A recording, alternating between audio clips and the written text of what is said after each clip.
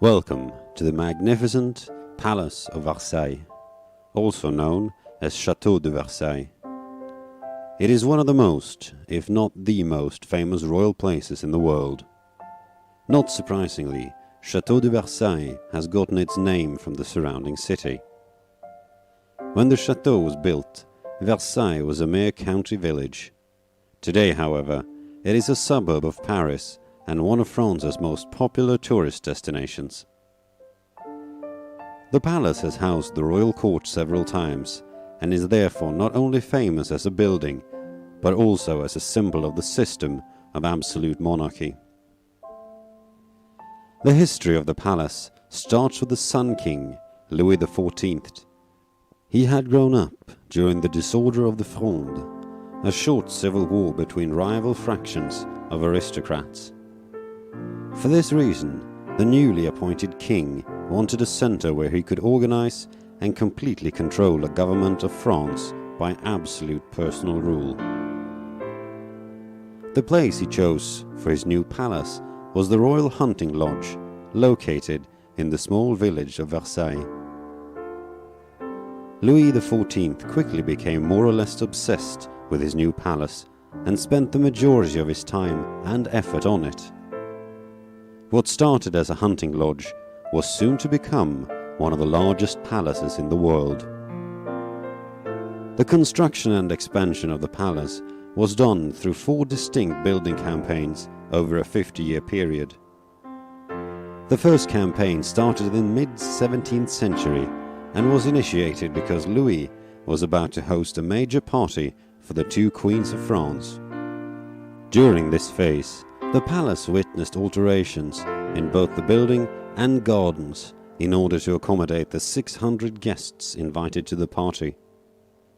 The second building campaign started a few years later. During this campaign, the palace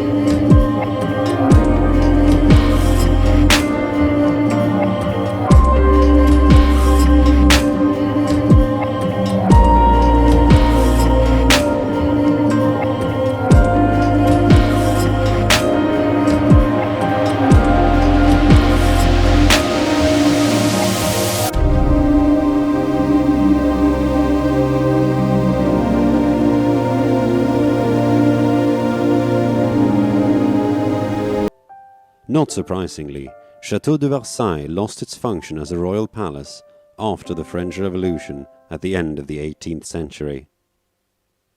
The temporary government in charge, the National Convention, arranged for the majority of the palace furniture to be either sold or rented. Only items of particular artistic or intellectual value were exempt from this sale. These items were consigned to be part of the collection of a museum, which had been planned at the time of the sale of the palace furnishings.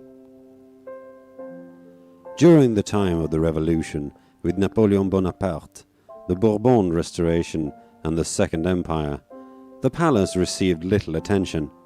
It was primarily used for different state events and during visits by political and royal foreigners.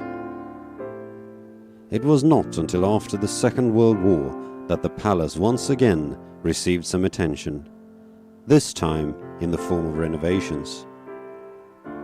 A major project was initiated in the mid-20th century in an attempt to bring it back to its former glory and to once again put it on the world map. A new roof to the Hall of Mirrors was added, and several chambers and apartments were restored. Additionally, a policy was established in which the French government would aggressively seek to acquire as much of the original furniture and artwork as possible, as much had been dispersed at the time of the Revolution. Today, the palace is considered one of the very finest examples of French architecture and one of France's most famous structures.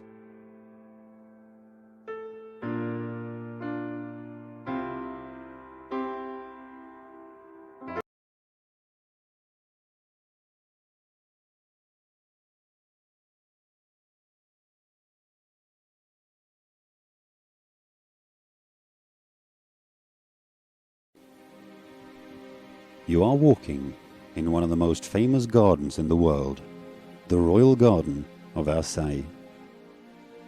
The gardens cover a mighty 800 hectares of land. The majority of the land is covered by finely landscaped woodland areas and several magnificent gardens with classic French garden style. These gardens were founded by Louis XIII in 1632. However, many say that the real founder was his son, Louis XIV, as he was the one who laid the real foundation for the grand garden you can see today. In 1661, Louis XIV hired the best architects, painters, and landscape designers to work on what would become his life's project, the Château de Versailles and its magnificent gardens. In 1682, Louis XIV had his court moved from Paris to Versailles, making it the official royal palace of France. From this point on, Louis began an embellishment and expansion program at Versailles that would occupy his time and worries for the remainder of his reign.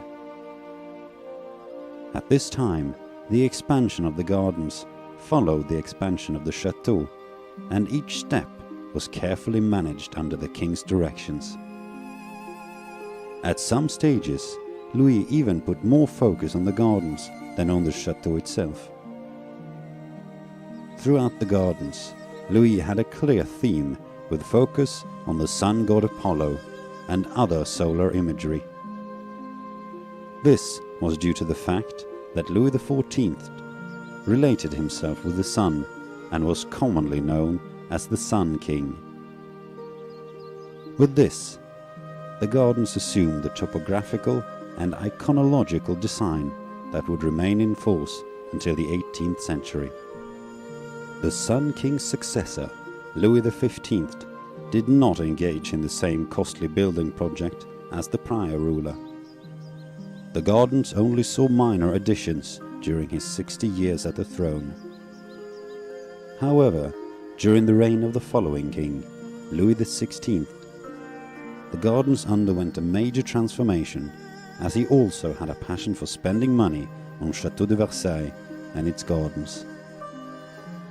Several tree formations dating back to the era of the Sun King were changed, and trees were felled and uprooted. This wasn't done of ill will, but rather a necessary step, as many of the trees were deceased or overgrown and needed to be replaced. Also, as the 17th century garden had fallen out of fashion, this replantation sought to establish a more up-to-date style in the gardens, a style that would also be less expensive to maintain.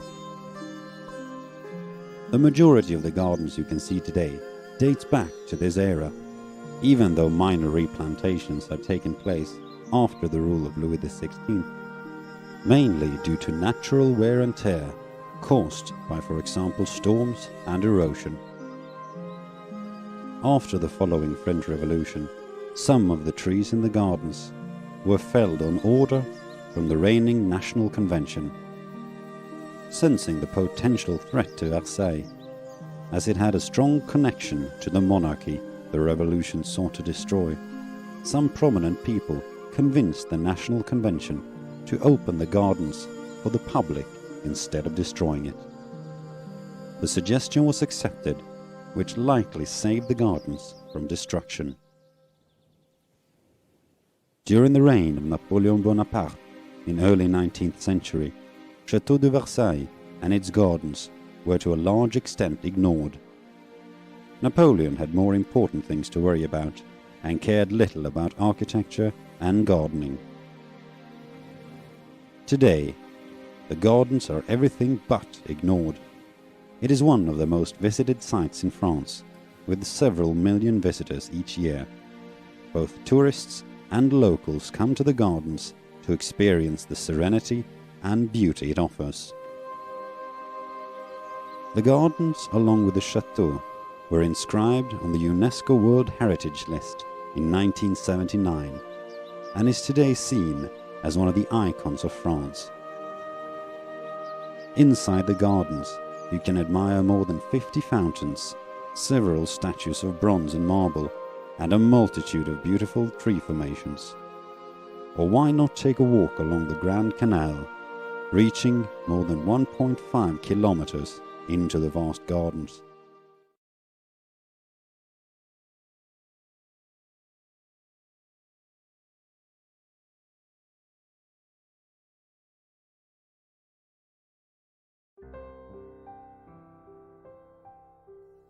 You have made it to one of the most famous buildings in the world, the Eiffel Tower in Paris. You're not the only one to see the tower though, as it is the most visited paid monument in the world. An estimate of over 200 million people has seen the tower on site since its construction in 1889. The building is named after its main designer, the French metallic structure expert and engineer Gustave Eiffel. Eiffel had previously designed multiple metallic structures, such as several railway bridges and the armature for another world-known monument, the Statue of Liberty. This time, he had his eyes on constructing a metal structure in the shape of a tower. What many people don't know is that the building was originally planned to be in Barcelona for the Universal Exposition in 1888, but it was turned down as being too expensive and strange. Instead, Eiffel tried to build in Paris for the Universal Exposition in 1889, and this time the building was approved. 50 engineers produced over 5,300 drawings of the different parts needed to build the tower. The tower's 18,000 metal parts were built separately in workshops and then assembled on site using more than 2,500,000 rivets. Even though the assembly was extremely dangerous, without many of the modern safety procedures, only one man was killed during the construction. The construction began in 1887 and the tower stood finished in March 31st, 1889. The Iron Lady, as it is sometimes called, has not always been the beloved structure it is today. During its planning and construction phase, many protested against the construction of the tower. Many called it an eyesore, and the papers were filled with angry letters from the arts communities in Paris. Even after its construction, the tower was highly controversial amongst the Parisians. One famous quote is from the novelist Guy de Maupassant, who hated the tower but still went to its restaurant every day. When asked why, he said it was because it was the only place in Paris where one could not see the structure. Luckily for the Eiffel Tower haters, Eiffel only had permit to keep the tower for 20 years. After that, it would be demolished. However, as the tower proved valuable for telecommunication purposes, it was allowed to remain intact even after the time had expired. As time passed, more and more people started to like the building. Today, almost all Parisians love the tower. Throughout the years, the Eiffel Tower has seen a lot. People have tried new weird parachute innovations, more or less successfully. An elephant has been on a visit inside the tower, and staircase races have been conducted. The tower also experienced the German occupation of Paris during the Second World War. During the occupation, the lift cables inside the tower were cut by the French, this to make sure that Hitler had to take the 1,665 steps if he wanted to scale to the top, since the proper parts to repair the lift were impossible to obtain during the war. When visiting Paris, Hitler remained on the ground. Thus it is said that Hitler conquered France, but he never conquered the Eiffel Tower. At the liberation of Paris in 1944, the Eiffel Tower became a symbol of liberty when a French flag made of 3 bed sheets was sewn together and raised on the top of the tower. The building was at its time of construction the highest tower in the world with its 312 meters. Today, the tower totals 324 meters, as an antenna has been added on the top.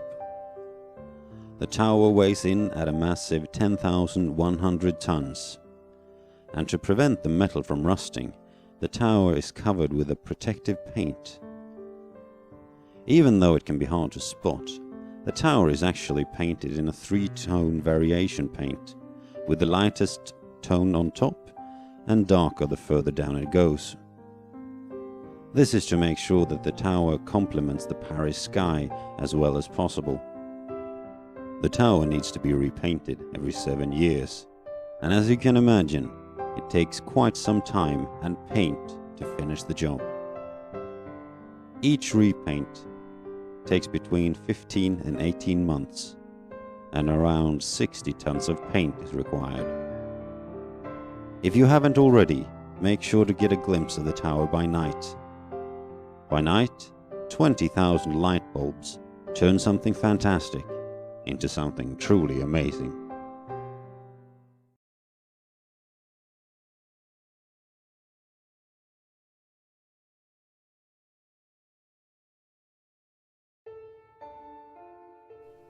You are standing at Notre-Dame de Paris, the famous French cathedral. Notre-Dame de Paris is widely considered one of the very finest examples in the world of French Gothic architecture, and by looking at the cathedral, I think you will understand why. The name Notre Dame is something not specific to this grand cathedral.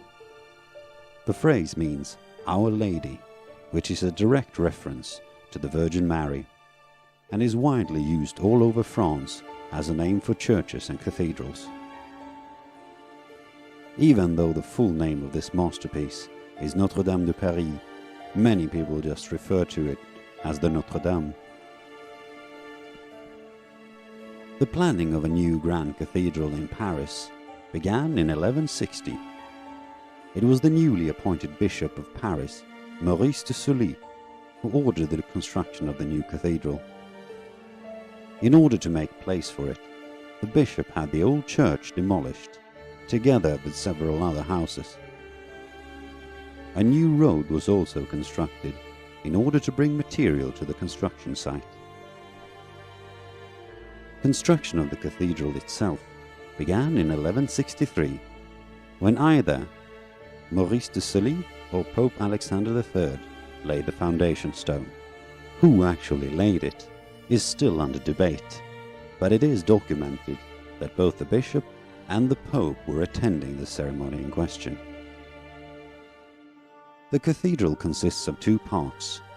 The western side is the main entrance with the 2 bell towers, while the eastern side is the main hall and choir. During the construction, focus was on building the eastern part first. That way, the cathedral could still be utilized by putting up a temporary western wall while the rest of the western part were being built. Construction of the choir took place between 1163 and 1177, and the new high altar was finished in 1182. Maurice de Sully never got to see the cathedral completed, as he died in 1196. His successor, Eudes de Sully, continued the work and began construction of the western entrance before his own death in 1208. The western entrance stood completed when the south tower was finished in 1250, but the building itself was not entirely completed until 1345, as details were added and changed for the last 100 years. Thus, in total, this masterpiece took almost 180 years to complete. In 1793, the cathedral was damaged during the French Revolution. Many sculptures and treasures were plundered or destroyed. One example of this is the Gallery of Kings. This is a row of 28 statues representing 28 generations of kings of Judah, which can be seen just above the main gates. However, after the installation of the kings in the 13th century, they quickly became familiar presentations of the kings of France, and from 1284 and onwards, they were presented this way. During the troubled time of the Revolution, these statues were attacked and beheaded as they were seen as symbols of the royal tyranny. They were later restored when the church underwent restoration work during the 19th century. The restoration lasted for 23 years, and it was during this period that the spire, which you can see today, was erected. Today, the cathedral houses a total of 5 bells in the bell towers, 1 grand bell and 5 smaller. By smaller, I mean that they weigh between 2 and 3 tons, so they are only small when you compare them to the big bell. The big bell is known as Emmanuel and weighs 13 tons. It is located in the South Tower, and it is rung for major holidays such as Christmas, Easter, and All Saints' Day, and other important events. The smaller bells ring every hour to indicate the time. Notre Dame de Paris truly has an amazing outside, decorated with hundreds of gargoyles and statues, each telling their own story. Especially interesting to many is the gate, which story I will give you now. The main gate you can see in the middle portrays the meeting with the Lord and the Last Judgment. You will also see an angel and a devil with a scale in between. This symbolizes all the good deeds and the bad deeds people have done through their lives, and the tilt of the scales decides where the people end up, in either heaven or hell. If you look closely, you will see how the people on the left side of the scale happily look upwards towards the sky, whereas the people on the right side are sad looking as they have to follow the devil.